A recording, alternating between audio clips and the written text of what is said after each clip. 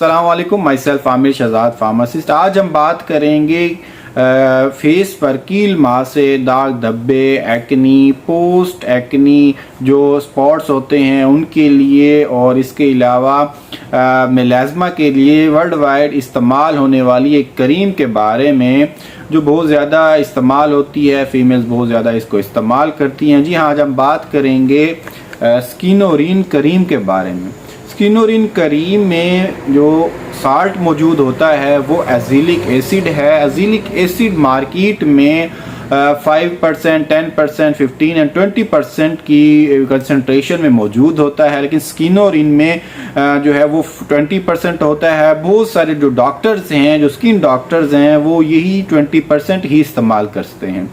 Azelaic acid के बारे में बात करें तो एजिलिक एसिड एक एंटीऑक्सीडेंट, एंटी इन्फ्लेमेटरी और एंटी बैक्टीरियल प्रॉपर्टीज़ रखता है, जो कि अगर हमारे फेस पर इसका इस्तेमाल देखें तो सबसे पहला जो इसका इस्तेमाल ज़्यादा होता है वो एंटी एक्नी के तौर पर होता है। यानी अगर आपको कील महासे हो गई हैं, इस आपके फेस पर जो बहुत ज़्यादा फेस को वो ख़राब कर रहे हैं या आपको देखने में बहुत ज़्यादा बुरा लगता है, जिससे एक्नी हो जाते हैं, तो ये उनके लिए यूज़ होता है। ये एज एंटी बैक्टीरियल और एंटी इन्फ्लेमेटरी एक्शन जब इसका परफॉर्म होता है तो वो इसको कम कर देता है। दूसरा इसका जो मेन इस्तेमाल है, जो इसका यूज़ है वो मेलाज़मा में हाइपर पिगमेंटेशन में किया जाता है।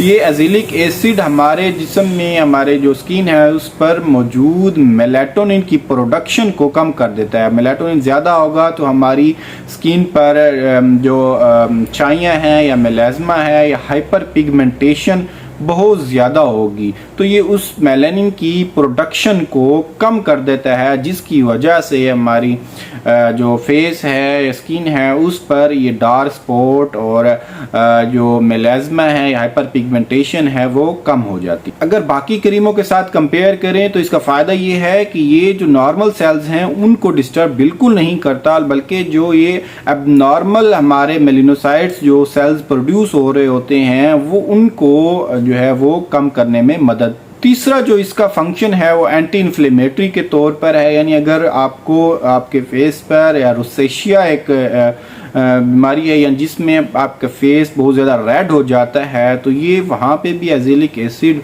इस्तेमाल होता है। मज़ीद अगर बात करें तो ये एजिलिक एसिड या Skinoren cream whiteheads, blackheads और इसके अलावा पोस्ट एक्नी स्कार्स, यानी कि अगर आपको एक्नी आपका ट्रीटमेंट हो गया है, उसके बाद स्कार्स, उसके निशानात बाकी हैं, तो ये एजिलिक एसिड स्किनोरिन क्रीम वहाँ भी इसका बहुत ही ज़्यादा अच्छा इसका इफ़ेक्ट है, क्योंकि ये एक एज ए एक्सफोलिएटर भी काम करता है। यानी कि जो स्किन पर डेड सेल्स आपके मौजूद हैं उनको जो है वो रिमूव करके नए आपके सेल्स की पैदाइश करता है, जिससे आपका जो स्किन है वो थोड़ी वाइटनिंग इफेक्ट भी आता है, और इसके अलावा मेलाज़मा का ट्रीटमेंट भी साथ के साथ हो जाता है। नेक्स्ट हम बात करेंगे कि इसको इस्तेमाल करना किस तरह से है और इसको हम किस तरह आप इसको टेस्ट कर सकते हैं कि आपकी स्किन के साथ ये कंपैटिबल है या नहीं है। तो फर्स्ट आपने स्किनोरिन क्रीम जो है वो एक पी साइज अमाउंट में ले लेनी है, और आपने अपने हैंड के ये इस हिस्से में थोड़ा इस्तेमाल करनी है,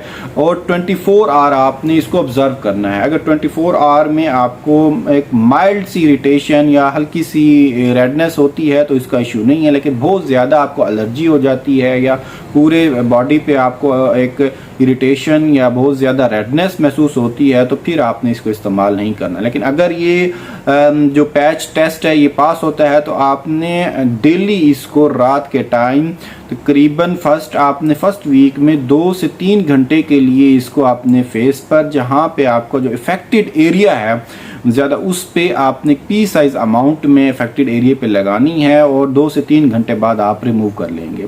फर्स्ट वीक में आप इस तरह करेंगे कि आप इसको अल्टरनेट डेज पे इस्तेमाल करेंगे, एक दिन छोड़ के आप इसको इस्तेमाल करें, यानी हफ्ते में 3 दिन इस्तेमाल करें। अगर आपकी स्किन इसके साथ कंपैटिबल है, आपको कोई एलर्जी महसूस नहीं हो रही, बहुत ज़्यादा आपको रेडनेस नहीं हो रही या बहुत ज़्यादा आपको इरिटेशन नहीं हो रही, तो फिर आप इसको अगले हफ्ते डेली इसको सुबह शाम भी इस्तेमाल कर सकते हैं। लेकिन आपने एहतियात ये करनी है कि इससे पहले आपने फेस वॉश से आपने लाजमी मुंह जो है वो या फेस को साफ़ करना है और इसको आपने 15 से 20 मिनट तक आपने ड्राई करना है। फिर इसके बाद ये क्रीम लगानी है। उस क्रीम के बाद आप मॉइस्चराइज़र भी यूज़ कर सकते हैं। और एक जो बात हमने लाजिम जो है वो याद रखनी है वो ये है कि आपने सनस्क्रीन का इस्तेमाल लाजमी करना है। यानी कि अगर आप रात को इस्तेमाल करते हैं या सुबह इस्तेमाल करते हैं तो आपने जब बाहर अपने कामकाज के लिए जाना है तो सनस्क्रीन का इस्तेमाल आपने लाजमी करना है।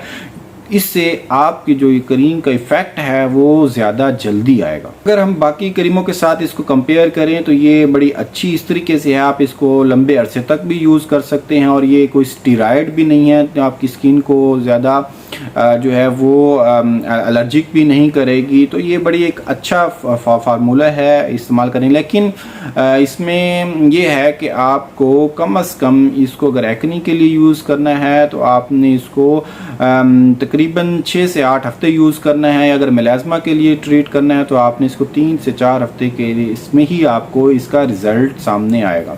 लास्ट में वो फीमेल जो सिर्फ इसको एज ए वाइटनिंग क्रीम इस्तेमाल करती हैं वो इसको ये सिर्फ सोल एजेंट वाइटनिंग एजेंट बिल्कुल नहीं है। ये सिर्फ और सिर्फ आपको एक्नी या पोस्ट एक्नी जो मार्क्स हैं उनके लिए इस्तेमाल होता है, या जो वो स्किन जो बहुत ज़्यादा जो रिग्रो कर रही है या उसमें एक्नी हो रहे हैं तो उनमें ये इसका इस्तेमाल बहुत ज़्यादा है।